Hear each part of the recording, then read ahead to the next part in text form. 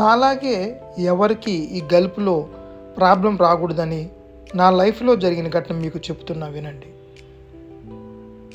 Gulf కంట్రీకి పోవాలని చెన్నై ఎయిర్పోర్ట్కి అయితే వచ్చాను. ఒక పక్క సంతోషం ఉంది, ఒక పక్క తెలియని బాధ ఉంది. కానీ ఎలా అయితే ఈజా వచ్చింది. విమానం అయితే గాల్లో లేస్తుంది, సంతోషం అయితే చెప్పలేనిది. అలాగే బాధ కూడా మనకు తెలియని బాధ, ఏదో వదిలి వెళ్ళిపోతున్నట్టుగా ఉంటుంది.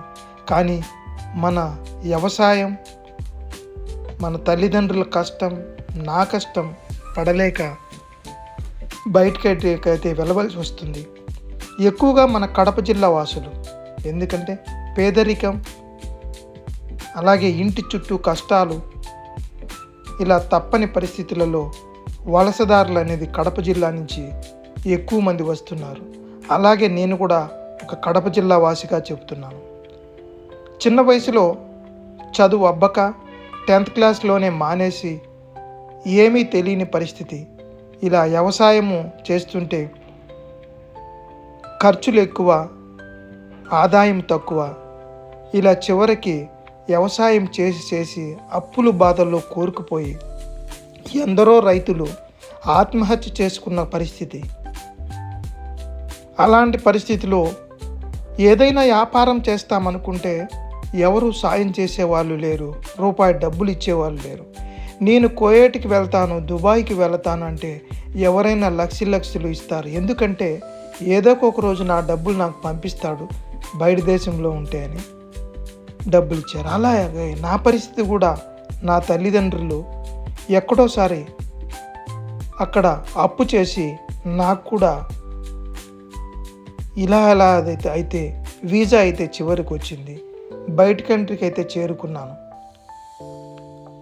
2 ఏళ్ళు 3 ఏళ్ళు గడిచిన తర్వాత మళ్ళీ ఇంటికి వచ్చాను, హ్యాపీగా ఉన్నాను. మళ్ళీ వెళ్ళాను. అనుకోకుండా ఒక ఫ్రెండ్ పరిచయం అయ్యాడు. అప్పటికి నాకు డ్యూటీ కూడా లేదు, ఖాళీగా ఉన్నా.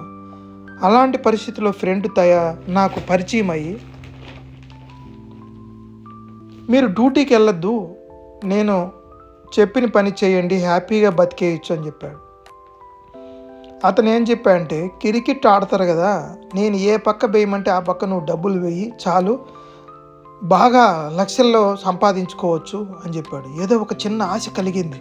అరే ఇదేదో బాగా ఉంది, పని లేకుండా ఇలా చేసుకోవడం అంటే చాలా బాగుంది కదా అని ఆలోచించాను. అయితే నా దగ్గర డబ్బు లేదు కదా అని చెప్పాను. అప్పుడు అతను, డబ్బులు కూడా నేనే ఇస్తా నీకు, నేను చెప్పిన చోట నువ్వు వాడు చాలు అంతేను అని చెప్పాడు. ఇదేదో బాగా ఉంది కదా అని చెప్పి ఆడించాడు. నాకు కూడా 1,00,000 రూపాయలు తనక ఫస్ట్లో ఇటు అటు వచ్చాయి. తర్వాత రాను 2 లక్షలు పోయాయి. ఈ 1,00,000 పోయా, మళ్ళీ 1,00,000 పోయా. డబ్బులు లేవు. అడిగాడు, ఏంటి పరిస్థితి అని ఆలోచించాను. ఎంత ఆలోచించినా కుదరడం లేదు. ఏం చేయాలో నాకు తెలియని పరిస్థితి. అప్పుడు అతనే సలహా ఇచ్చాడు, మీ ఫ్రెండ్ ఎవరన్నా ఉంటే డబ్బులు అడగండి, ఖచ్చితంగా హెల్ప్ చేస్తారు, మీకు ఇస్తారని. అప్పుడు ఒక ఫ్రెండ్కి కాల్ చేశాను, ఇలా నా పరిస్థితి చాలా ఇబ్బందిగా ఉంది, 1,00,000 డబ్బులు ఇస్తారా అని అడిగాను. ఫ్రెండ్ అనుకోకుండా 1,00,000 రూపాయలు అయితే నాకు సాయం చేశాడు. ఆ 1,00,000 కూడా వెళ్ళిపోయా. చివరికి ఏదో కథ మళ్ళీ అతనే వెళ్ళాడు, ఇంటికి ఫోన్ చెయ్యి, లేదంటే ఎవరికన్నా చెప్పు, ఇలా నేను చాలా ప్రమాదంలో పోలీస్ స్టేషన్లో ఉన్నాను, నాకు డబ్బులు అవసరం ఉందని చెప్పు, ఎవరో ఒకరు నీకు ఖచ్చితంగా ఇచ్చారు అని చెప్పారు. అలాగే చేశాను. మళ్ళీ 2 లక్షలకు 3 లక్షలు 4 లక్షలకు 5 లక్షలు అప్పుడైపోయాయి. ఏం చేయాలో తెలియని పరిస్థితి. చివరికి నేనే ఆలోచించాను, నేను చేసింది తప్ప రైటా అని ఆలోచిస్తే నేను చేసింది 100% తప్పే. ఎందుకంటే జూదం మహా ప్రమాదకరం. మనం ఎప్పుడైనా సరే నీతి నిజాయితీగా సంపాదించిన డబ్బులు ఎప్పటికైనా నిలబడుతుంది. మోసం, ఇంకొకరి సొమ్ము ఆశించడం, ఇలాంటి సొమ్ము పాపిష్టి సొమ్ము అంటారు కదా, అలా ఎప్పటికీ అది మనకు నిలబడదు అని తెలుసుకున్నాను. మీరు కూడా ఫ్రెండ్స్ ఎవరైనా సరే ఇలాంటి జూదాలకు బానిసై చాలామంది ఆత్మహత్య చేసుకున్న వాళ్ళు ఉన్నారు.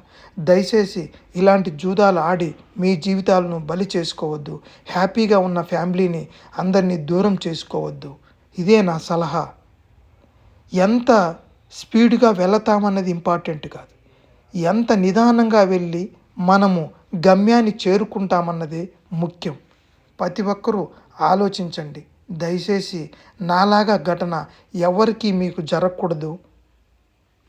అత్యాశకు పోయి ఇబ్బందులు పాలు అవ్వద్దు. ఈ వీడియో నచ్చితే ప్లీజ్ ఈ ఛానల్ సబ్స్క్రైబ్ చేసుకోండి ఫ్రెండ్స్. బాయ్.